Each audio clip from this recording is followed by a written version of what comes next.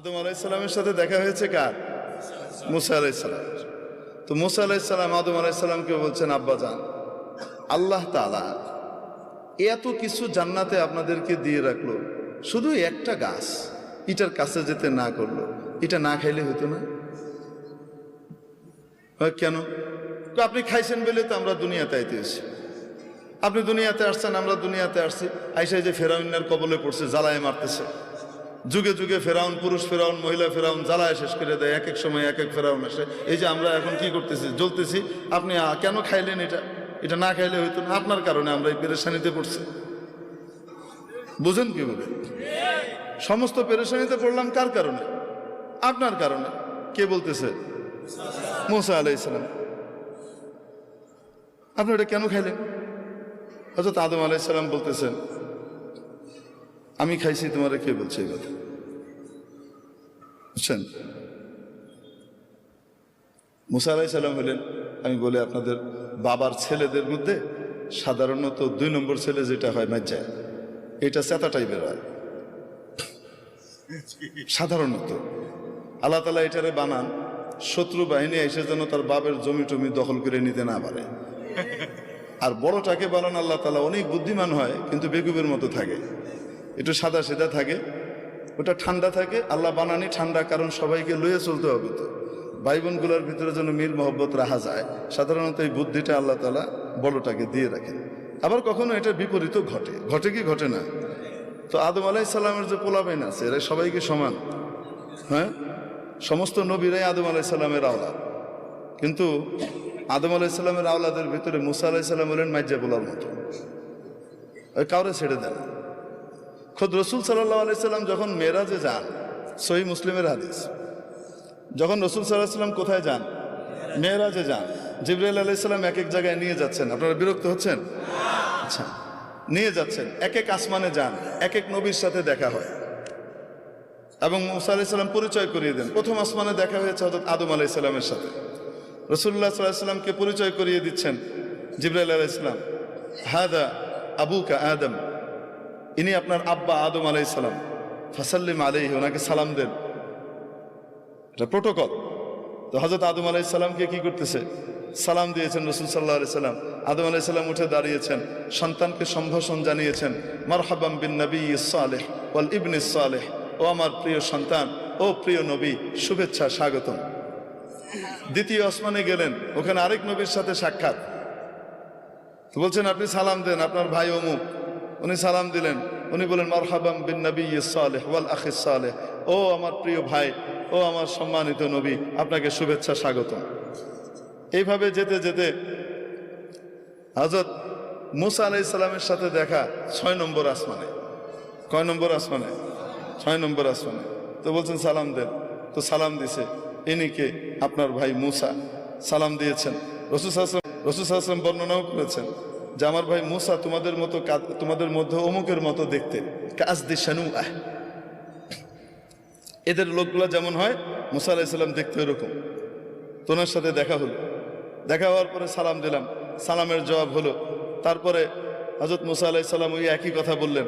এখন রাসূল সাল্লাল্লাহু আলাইহি সাল্লাম যখন পার করে চলে যাচ্ছেন, উপরের দিকে 7ম আসমানের দিকে রওনা হচ্ছেন, তো তখন কান্নাকাটির আওয়াজ শুনতেছেন।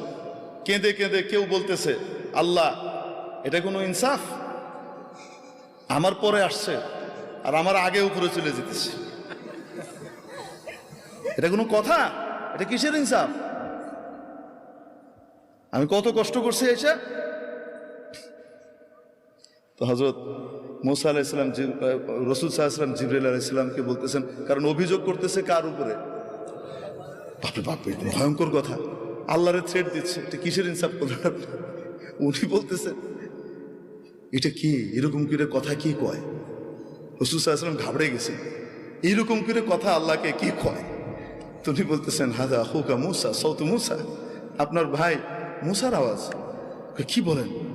কেউ তার রবের সাথে এভাবে কথা বলতে পারে? উনি বলেন, রব্বুহু ইয়ারিফুহা, তার রব তার ব্যাপারে খুব ভালো জানে। এরকমই তার রব তার এই সমস্ত কথা কিছু কি করে না, মনে টনে করে না। বুঝেন নাই? তো মুসা আলাইহিস সালাম কি সাধারণ নবী? চেতা নবী। ট্রিটমেন্ট শুরু হইতো ঘুষি দিয়ে। কথা পরে আগে ফিডা করলে কেন এরকম বুঝেন নাই? ঘুষি একটা মারছে গেছে মিটে, ওনার ঘুষিতে যে এত পাওয়ার উনি নিজেও তো জানেন। সুবহানাল্লাহ, আল্লাহু আকবার। তো মুসা আলাইহিস সালাম সাধারণ নবী না চেতা নবী? আল্লাহ তাআলার বড় প্রিয় নবী। আদম আলাইহিস সালামও ছেড়ে দিচ্ছে না, ধরছে বাপরে। বুঝতে পারছেন? বাবারে ধরে বলতেছে, আপনি এই জিনিসটা না খাইলে কি হইতো না? আপনি সারা জান্নাত ভর্তি জিনিস সারা জীবন খেয়ে শেষ করতে পারতেন না, ওই একটা খায়া আপনি অনার সৃষ্টি করে আইলেন। দুনিয়াতে আসলে আমাদেরকে জ্বালা যন্ত্রণা ভোগ করতে হচ্ছে, আপনার কারণে আমাদেরকে সব দুনিয়াতে এসে পরীক্ষা দিতে হচ্ছে আর কষ্ট করতে হচ্ছে।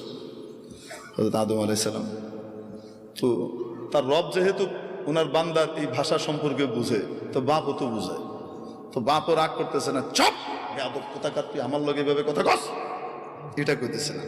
বাপ ঠান্ডা, বাপ বলতেছে, আমি এরকম করে খাইছি তাই আমাকে দুনিয়া আসতে হয়েছে, তোমরা এসো। কে বলছো তোমাকে এটা? তুমি ছিলা তো? আমি থাকি আর না থাকি তাওরাতের ভিতরে আছে, আমার কাছে যে আল্লাহ তাওরাত কিতাব নাজিল করছেন সেই কিতাবে আছে, আপনি কাম ঘটাইছেন। তারপরে আমরা আসছি। হযরত আদম আলাইহিস সালাম রাগেন না। আদম আলাইহিস সালাম জিজ্ঞেস করেন, আচ্ছা তাওরাতের ভিতরে আছে? হ্যাঁ। তুমি তোমার তাওরাত সম্পর্কে জানো? তাওরাত কবে লেখা হয়েছে? হ্যাঁ, জানবো না কেন? কবে লেখা হয়েছে? আপনার জন্মের 50,000 বছর আগে লেখা হয়েছে।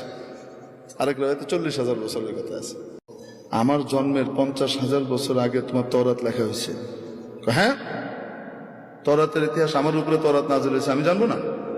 আচ্ছা, তো বেটা একটু বলো দেখি, আমার জন্মের 50,000 বছর আগে তোমার কিতাবে যেটা লিখে দেওয়া হয়েছে সেটা আমি করছি, আমার দোষটা করি? দেখ, আমি করছি না, উনি চাইছেন তাই করছি। বলছেন, যেটা আমার জন্মের এত হাজার বছর আগে তোমার কিতাবে লিখে দেওয়া হয়েছে সেটার জন্য কি আমি দায়ী? আদম মুসা আলাইহিস সালাম চুপ মেরে গেছেন। রাসূলুল্লাহ সাল্লাল্লাহু আলাইহি ওয়াসাল্লাম এখানে বলেন, খুব মজার কথা, ফাহাজ্জা আদম মুসা, আদম মুসাকে পথ কেটে ফেলাই দিছে। আদম মুসাকে এভাবে কি করছেন? ধাই করে ফেলে দিয়েছেন, হারিয়ে দিয়েছেন। আমরা বলি না, আদম মুসাকে কি করেছেন? হারিয়ে দিয়েছেন। রাসূল সাল্লাল্লাহু আলাইহি ওয়াসাল্লাম এটা যখন বলেন, বলতে গিয়ে হেসে দিয়েছেন, কারণ বাপের গর্ব তো নিজের গর্ব, আরে কয় না কেন? তো আমরা আদমের সন্তান, এজন্য কি আমরা লজ্জিত না গর্বিত?